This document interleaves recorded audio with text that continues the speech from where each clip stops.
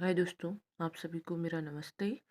उम्मीद करती हूँ आप सब ठीक होंगे। तो आज अपन पढ़ रहे हैं बीए प्रथम वर्ष हिंदी साहित्य प्रथम प्रश्न पत्र, जिसका नाम है आदिकालीन और भक्तिकालीन काव्य।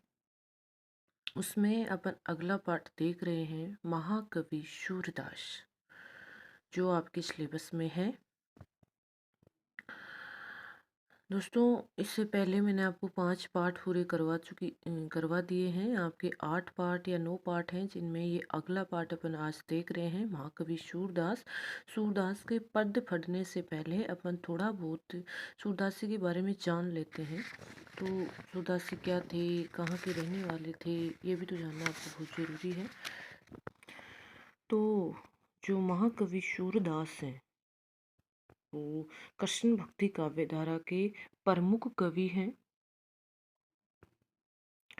ये जो हैं ब्रज प्रदेश में जो गऊ घाट है, वहाँ पर बैठकर, वहाँ पर रहकर श्री कृष्ण की भक्ति किया करते थे।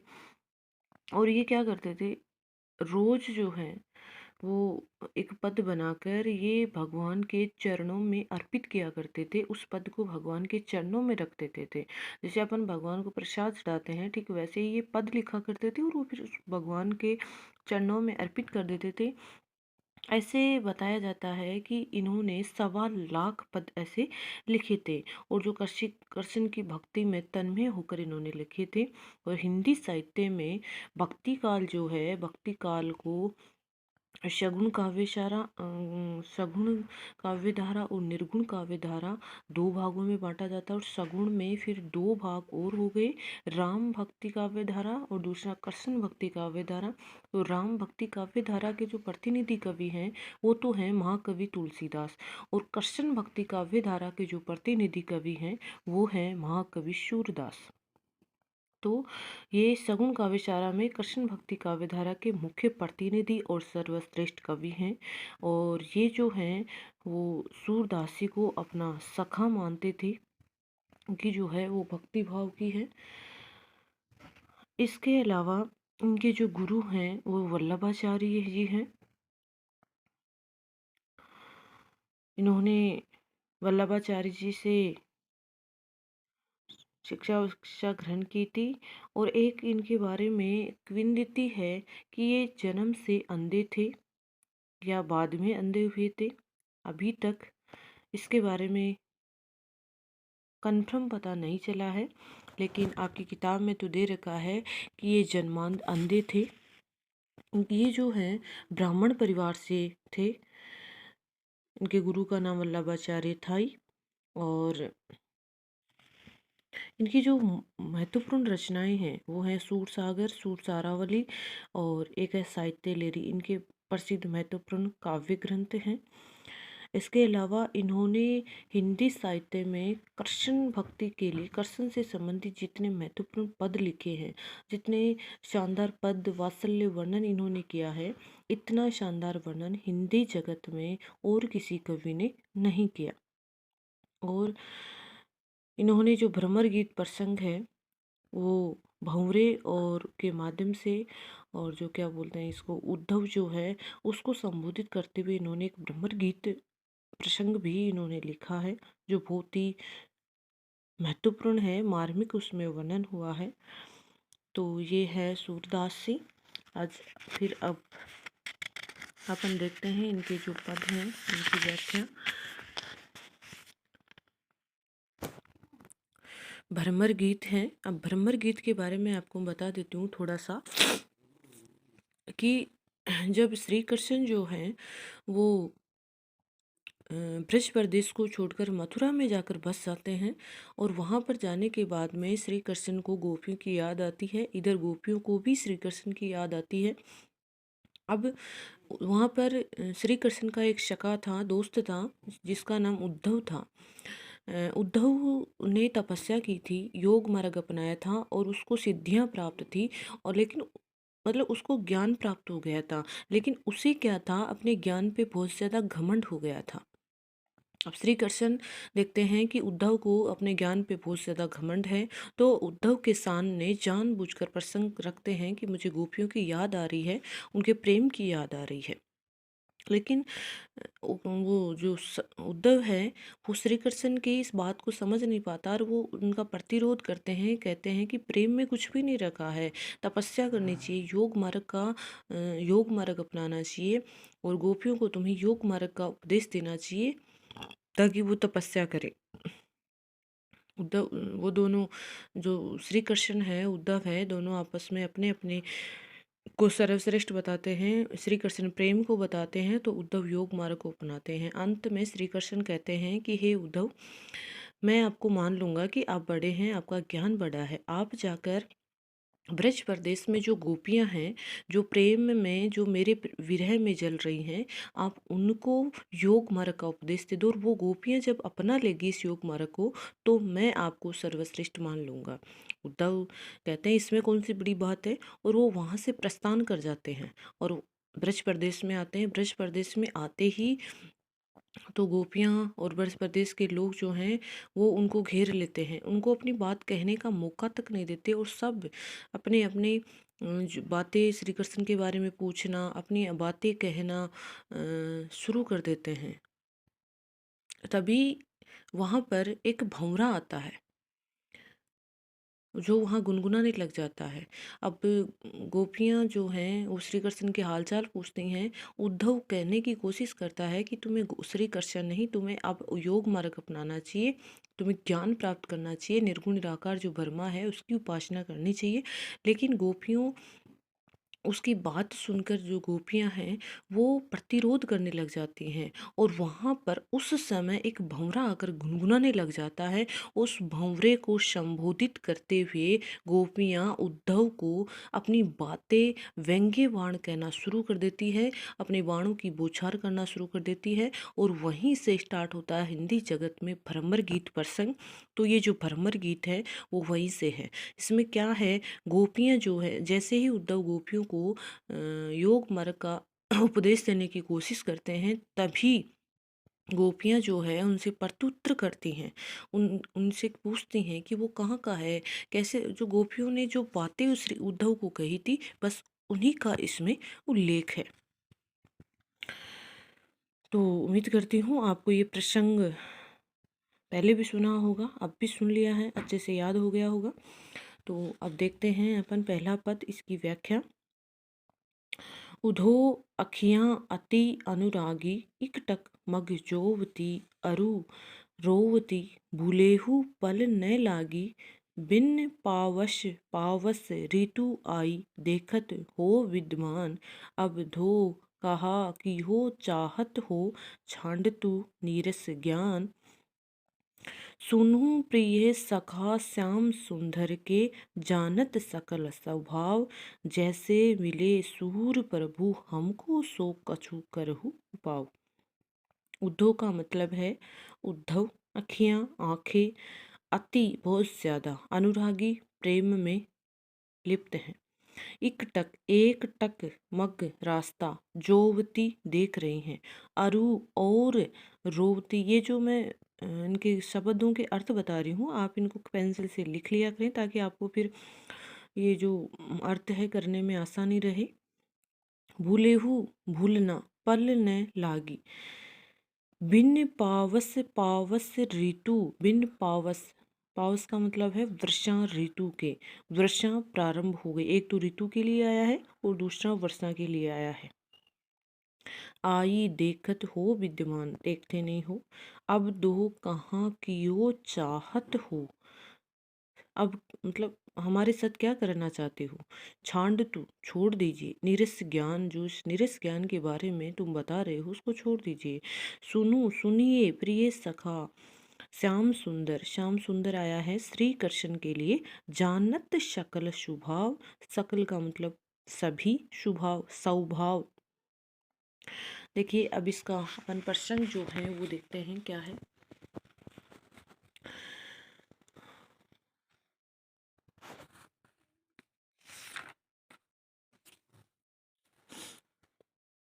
जो प्रसंग है वो आपको करना क्या है कि प्रस्तुत अवतरण महाकवि सूरदास द्वारा रचित भरमर गीत से अवतरित है या लिया गया है या उद्धृत है। अब इसमें ऊपर दे रखा है भरमर गीत, पाठ का नाम है सूरदास, सॉरी कवि का नाम सूरदास है, और प्रसंग कहाँ से लिया गया है तो वो है भ्रमर गीत। तो आपको इसमें जो प्रसंग है वो कैसे लिखना है, प्रस्तुत अवतरण कवि महाकवि सूरदास द्वारा रचित भ्रमर गीत प्रसंग से उद्धृत है। इसमें गोपियाँ उद्धव के सामने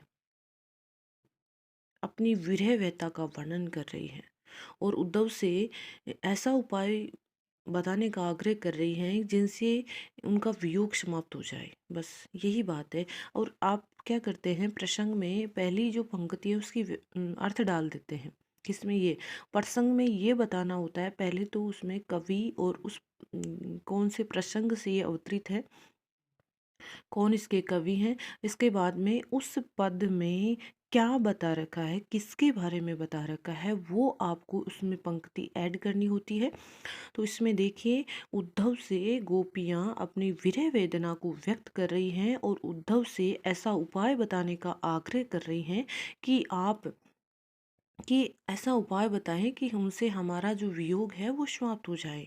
और गोपियाँ उद्धव से यहाँ कह रही हैं, ये है प्रसंग की, दोबारा बता रही हूँ कि प्रस्तुत अवकरण महाकवि सूरदास द्वारा रचित भरमर गीत से उद्धृत है। इसमें गोपियाँ उद्धव के सामने अपने विरह वेदना को व्यक्त करती हैं और उद्धव से ऐसा उपाय बताने का आग्रह करती हैं कि जिनसे उनका वियोग समाप्त हो जाए। और यहाँ गोपियाँ उद्धव से कह रही हैं। फिर करनी है आपको व्याख्या स्टार्ट। अब देखिए इसमें क्या है व्याख्या में, उद्धव अखियाँ अति अनुरागी, हे उद्धव हमारी जो आंखें हैं वो श्री कृष्ण से बहुत ज़्यादा प्रेम करती हैं। हमारी आँखों को श्री कृष्ण के अलावा और भी कुछ दिखाई नहीं देता है। उद्धव अखियाँ अति अनुरागी, हे उद्धव हमारी आँखें श्री कृष्ण के प्रेम में बहुत ज़्यादा अनुरक्त हैं या वो श्री कृष्ण से बहुत ज़्यादा प्रेम करती हैं। इक टक मग जोवती अरु रोवती, इक टक एक टक मग रास्ते को जोवती अरु रोवती, ये आंखें टकटकी लगाकर श्री कृष्ण के आने के मार्ग को देखती रहती हैं और रोती और उनके वियोग में रोती रहती हैं। अर्थात गोपियाँ यहाँ कह रही हैं कि हमारी जो आंखें हैं उनको श्री कृष्ण से प्रेम उत्पन्न हो गया है। वो श्री कृष्ण से इतना ज़्यादा प्रेम करती हैं कि लगातार श्री कृष्ण के आने वाले मार्ग को वो टकटकी लगा के देखती रहती है, उनके वियोग में रोती रहती है, तड़पती रहती है। भूलेहू पल न लागी, और एक पल के लिए भी ये अपनी पलक नहीं लगाती हैं, अर्थात सोती नहीं है। अर्थात अब इनकी जो आंखें हैं वो सोना तो दूर एक पल के लिए भी पलक तक नहीं झपकाती। ये गोपियाँ श्री कृष्ण से इतना प्रेम करती हैं। बिन पावस पावस ऋतु आई देखत हो विद्यमान। अब गोपियाँ यहाँ कह रही है कि हे उद्धव आप देख नहीं रहे हो भिन्न पावस की वर्षा, बिना वर्षा ऋतु के ही इस ब्रज प्रदेश में वर्षा हो रही है। बिन पावस पावस ऋतु आई, कि हे उद्धव बिना वर्षा ऋतु के ही इस ब्रज प्रदेश में वर्षा प्रारंभ हो गई है, वर्षा आ गई है। देखत हो विद्यमान, तुम खुद यहाँ उपस्थित हो, तुम खुद इस दृश्य को देख सकते हो। अर्थात गोपियाँ यहाँ कह रही हैं कि श्री कृष्ण के वियोग में हमारी आंखों से लगातार आंसू निकल रहे हैं, जिससे वर्षा की सी स्थिति उत्पन्न हो गई है। और वो जो आंसू बहाती हैं उन्हीं आंसुओं को वर्षा ऋतु का जो उन्हीं आंसू की वजह से वर्षा ऋतु का दृश्य उपस्थित हो जाता है। और इसी आंखों से रोने के कारण वर्षा का सा दृश्य उपस्थित होने से गोपियाँ उद्धव को समझाने का प्रयास करें कि तुम स्वयं देख रहे हो यहाँ पर बिना वर्षा के ही वर्षा प्रारंभ हो गई है, वर्षा ऋतु आई नहीं है, जब फिर भी वर्षा प्रारंभ हो गई है। अब दो कहा कियो चाहत हो छांड तू नीरस ज्ञान। आगे वो कह रही है कि हे उद्धव, तुम हमारे साथ क्या करना चाहते हो? हमारी मतलब वो कहने का प्रयास ये कर रही है कि हे उद्धव, दो कहा क्यों चाहत, आप हमारे साथ क्या करना चाहते हैं? छांडतु निरस ज्ञान, आप इस जो निरस ज्ञान योग मार्ग का निर्गुण ब्रह्मा का उपदेश हमें बता रहे हो, इससे हमारी जो आंखें हैं उनका दुख और भी ज्यादा बढ़ रहा है। तुम्हारे योग की बातें सुन सुन के आंखों से और भी ज्यादा आंसू निकल रहे, इनका दुख और बढ़ रहा है। अब पता नहीं हमारी इन आंखों के साथ क्या होगा। इसलिए आपसे प्रार्थना है कि आप इस निरस ज्ञान के बारे में जो हमें बता रहे हैं, जिस निर्गुण ब्रह्मा की आप रसहीन बातें हमें बता रहे हैं, जिनमें किसी प्रकार का कोई आनंद नहीं है, किसी प्रकार का कोई रस नहीं है, आप उन्हें बताना बंद कर दें। आगे वो कह रही हैं, सुनो प्रिय सखा श्याम सुंदर के जानत सकल शुभा। गोपियां आगे कह रही हैं कि हे उद्धव, हम सुनते हैं कि श्याम सुंदर श्री कृष्ण के प्रिय मित्र हो, तुम श्री कृष्ण के बहुत अच्छे मित्र हो, और तुम श्री कृष्ण के स्वभाव को बहुत अच्छे से जानते हो, कि तुम उनके साथ रहते हो, उनके घनिष्ठ मित्र हो, तुम श्री कृष्ण के बहुत अच्छे उनकी सारी आदतों को जानते हो, उनके पूरे स्वभाव को जानते हो। जैसे मिले सूर प्रभु, हमको सो कछु करहु उपाऊ। आगे वो कह रही है कि जिस प्रकार मतलब उद्धव से कह रही है कि हे उद्धव, हमें आप ऐसा उपाय बता दे जैसे मिले सूर प्रभु हमको, कि जिस ऐसा उपाय हमें बताएं जिससे आकर श्री कृष्ण हमें दर्शन दे सके। कुछ ऐसा उपाय बताएं। ये तुम योग मार्ग निर्गुण ब्रह्मा की बातें बंद करके हमें सिर्फ श्री कृष्ण के मिलाने का प्रयत्न करें। मतलब गोपियां यहाँ पर उद्धव को कह रही हैं कि हमारी जो आंखें हैं वो श्री कृष्ण से बहुत ज़्यादा प्रेम करती हैं, एक पल के लिए भी ये पलक नहीं झपकाती हैं, हमेशा श्री कृष्ण के आने के रास्ते को निहारती रहती हैं। और आप देख नहीं रहे हो, इस ब्रज प्रदेश में बिना वर्षा ऋतु के ही वर्षा प्रारंभ हो गई है। आप खुद यहाँ पर उपस्थित हैं, खुद देख रहे हैं। अब आगे वो कह रहे हैं कि तुम निर्गुण निराकार ब्रह्मा का जो उपदेश हमें दे रहे हैं, उससे हमारी आंखों का दुख और भी ज़्यादा बढ़ रहा है। तुम करना क्या चाहते हो हमारे साथ? आप इस योग मार्ग का जो निरस ज्ञान है, जिसमें किसी प्रकार का कोई आनंद नहीं है, किसी प्रकार का कोई रस नहीं है, आप हमें इसे बताना बंद कर दें। हमने सुना है कि आप श्री कृष्ण के बहुत ही अच्छे मित्र हैं, घनिष्ठ मित्र हैं, तो आप उस श्री कृष्ण के पूरे स्वभाव को जानते हैं। तो आपसे अनुरोध है, आपसे आग्रह है कि आप हमें ऐसा उपाय बता दें जिससे हम श्री कृष्ण से मिल सकें। ये है आपका पहला पद। इसमें देखिए, एक तो बिन पावस पावस ऋतु आई देखत हो विद्यमान, बिना वर्षा ऋतु के ही वर्षा प्रारंभ हो गई है। मतलब बिना कारण ही कार्य प्रारंभ हो जाए, वहां पर विभावना अलंकार होता है। तो इस पंक्ति में विभावना अलंकार है। साथ ही विभावना अलंकार की पहचान करने का एक बहुत महत्वपूर्ण है, वो है कि वहाँ पर बिनु बिन शब्द आता है। तो देखिए, बिन पावस पावस ऋतु, बिन शब्द आया है, और ठीक वैसे ही कि बिना कारण ही कार्य हो रहा है, वर्षा ऋतु आई नहीं फिर भी वर्षा प्रारंभ हो गई है। तो इस पंक्ति में है अ, विभावना अलंकार, साथ इसमें अनुप्रास अलंकार भी है। आप देख सकते हैं, उधो अखियां अति अनुरागी, ए जो वर्ण है उसकी आवृत्ति हो रही है। तो और भी जो नीचे हैं आप देखने का प्रयास करना, इसमें कहाँ कहाँ अनुप्रास अलंकार है। इसके साथ ही विशेष बात यह है कि गोपियाँ जो हैं वो श्री उद्धव से निवेदन कर रही हैं, तो इस बात का प्रतीक है कि वो बहुत ज़्यादा दुखी हो गई हैं, और अपने प्रिय श्री कृष्ण के दर्शनों के प्रति वो बहुत ज़्यादा निराश हो चुकी है। बहुत ही विशेष बात इसमें बताई गई है। तो ये है प्रथम पद। अगला पद देखते हैं अपन। उदो मन नाही 10-20, एक हुतु सो गयो हरि के संग, को अराग तुव ईस, बही अति शीतल सभे, माधव बिनु जथा देह बिन शीस। एक से श्वासा अटकी रहे आशा लागी जीवही कोटि बरिस। तुम तो सका श्याम सुंदर के सकल जोग के ईश। सूरदास रस की बतियां पुरभो मन जगदीश। ये बीच में एक पद रह चुका है। पहला पद अपन देख लिया, दूसरा पद रह चुका है। हमने तीसरा पद बोला है, दूसरा पद बाद में बता देंगे, पहले अपन तीसरा पद देख लेते हैं।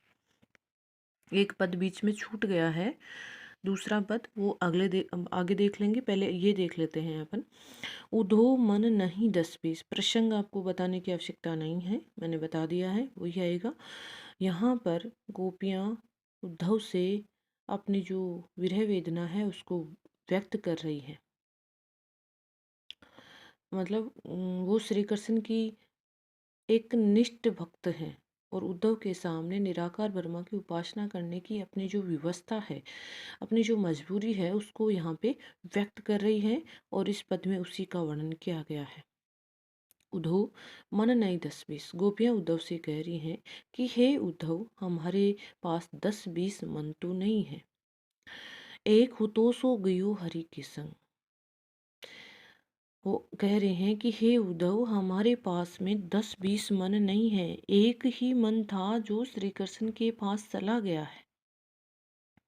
और आगे कह रही है कि हमें इस बात का दुख है कि हृदय तो एक ही था और जो श्री कृष्ण के पास चला गया है। एक हो तो सो गयो हरि के। एक ही हृदय था, एक ही मन था जो श्री कृष्ण अपने साथ ले गए हैं या श्री कृष्ण के साथ चला गया है। को अराग तू इस। अब आप मुझे ये बताएं कि तुम जिस निराकार ब्रह्मा की उपासना करने की बात हमें कह रहे हैं, उसे हम कौन से मन से अपनाएं। आराधना। राग का मतलब होता है आराधना। तू इस कि तुम्हारे जिस निर्गुण निराकार ब्रह्मा की उपासना करने की, आराधना करने की बात जो आप हमें कह रहे हैं, वो हम कौन से मन से करें। बही अति शीतल सभे माधव बिनु जथा देह बिन शीश। बही अति, बही का मतलब है हो गई है, अति शिथिल, शिथिल का मतलब कमजोर। सभे सभी, माधव श्री कृष्ण, बिनु के बिना, जथा देह भिन्न शीस। जिस प्रकार बिना देह, बिना सिर के देह की जो स्थिति होती है, ठीक वैसे ही हमारी स्थिति भी श्री कृष्ण के बिना वैसी ही हो गई है। देखिए क्या है इसमें। बही अति शीतल सभे माधव बिनु। श्री कृष्ण के बिना हमारी जो इंद्रियां हैं वो अशक्त व कमजोर हो गई हैं, कि हमारी जो इंद्रियां हैं वो श्री कृष्ण के अभाव में बहुत ज़्यादा शिथिल व कमजोर हो गई है। जथा देह बिनु शीस। हमारी स्थिति या हमारी दशा ऐसी हो गई है जैसे बिना सिर के शरीर की स्थिति होती है। गोपियाँ उद्धव के सामने अपनी जो विवशता है उसको व्यक्त कर रही हैं कि हे उद्धव, हमारी जो इंद्रियां हैं वो श्री कृष्ण के अभाव में अशक्त कमजोर हो गई हैं। हमारी दशा ऐसी हो गई है जैसे बिना सिर के शरीर की स्थिति होती है। श्वासा अटकी रहे आशा लागी जीवही कोटि बरिस। गोपियाँ कह रही हैं कि हे उद्धव, हमारे शरीर में जो श्वास चल रही हैं वो इस वजह से अटकी हुई हैं कि इनको आशा लगी है कि श्री कृष्ण लौटकर आएंगे। हमारे शरीर में जो श्वासें चल रही हैं वो इस आस में, इस उम्मीद में चल रही हैं कि श्री कृष्ण हमें कभी लौटकर दर्शन देंगे। जी वही कोटि बरिस। कोटि मतलब करोड़ों, बरिस का मतलब वर्षों तक, जी वही का मतलब जी रही है, कि इसी विश्वास से हम करोड़ों वर्षों तक जीवित रहने की कामना करती हैं। कि गोपियाँ कह रही हैं कि हमारे शरीर में जो श्वास चल रहा है ना, उसको इस प्रकार की आशा है कि श्री कृष्ण कभी ना कभी तो लौट कर हमें दर्शन देंगे। और इसी आशा से, इसी उम्मीद से, हम इसी विश्वास के जरिए हम करोड़ों वर्षों तक जीने की कामना, जीवित रहने की कामना करती हैं। तुम तो सखा श्याम सुंदर के सकल जोग के इस। हे उद्धव, आप तो श्री कृष्ण के घनिष्ठ मित्र ठहरे सकल जोग केश और समस्त योग के भी जानकार हैं। कि आप तो श्री कृष्ण के बहुत ज़्यादा घनिष्ठ मित्र हैं और संपूर्ण प्रकार के ज्ञान को भी योग को भी जानते हैं। सूरदास रस की बतियां पुरभू मन जगदीश। आगे वो कह रही है कि तो फिर आप हमें एक ऐसा उपाय बता सकते हैं, आप हमारे साथ चमत्कार कर सकते हैं, आप तो सब कुछ जानते हैं और आपने हमारी दशा को भी देख लिया है, श्री कृष्ण को भी जानते हैं। तो आगे गोपियाँ ये कहने का प्रयास कर रही हैं, सूरदास रस की बतियां पुरभू मन जगदीश। कि गोपियाँ यहाँ कहना चाहती है कि नंद बाबा के पुत्र श्री कृष्ण के बिना हमारा इस संसार में और कोई ईश्वर नहीं है, जगदीश और कोई ईश्वर या जगदीश नहीं है। मतलब इसमें समझाने का प्रयास कर रही हैं गोपियाँ कि हे उद्धव, हमारे पास में 10-20 मन नहीं है, एक ही मन था जो श्री कृष्ण के पास चला गया है। और अब तुम जिस निर्गुण निराकार ब्रह्मा की उपासना करने की बात कर रहे हो, अब आप हमें ये बताएं कि हम कौन से मन से उस प्रभु की आराधना करें। श्री कृष्ण के वियोग में हमारे जो शरीर की इंद्रियां हैं वो शिथिल हो गई हैं, कमजोर हो गई हैं और श्री कृष्ण हमारी स्थिति वैसी हो गई है श्री कृष्ण के बिना जिस प्रकार बिना सिर के शरीर की स्थिति होती है। श्वासा अटकी रहे आशा लगी। हमारी जो शरीर में श्वास चल रही हैं वो इस उम्मीद से चल रही हैं कि उनको विश्वास है कि श्री कृष्ण कभी ना कभी तो लौटकर हमें दर्शन देंगे और इसी विश्वास के जरिए हम करोड़ों वर्षों तक जीने की कामना करती हैं। आगे वो कह रहे हैं कि हे उद्धव, तुम तो श्री कृष्ण के घनिष्ठ मित्र हो, तुम सभी प्रकार की योग मार्ग की बातें भी जानते हो, तो क्यों नहीं तुम हमारे साथ ऐसा चमत्कार कीजिए ताकि हम श्री कृष्ण से मिल सके, उनके दर्शन प्राप्त कर सके। आगे वो कह रही हैं, सूरदास के माध्यम से गोपियाँ कह रही हैं, रस की बतियां पूर्वो मन जगदीश की, हमें तो श्री कृष्ण की आनंद भरी बातें ही अच्छी लगती हैं। इस संसार में श्री कृष्ण के बिना हमारा कोई भी ईश्वर नहीं है। अर्थात वो कहने का ये प्रयास कर रही हैं कि नंद बाबा के पुत्र श्री कृष्ण के बिना हमारा इस संसार में कोई भी ईश्वर नहीं है।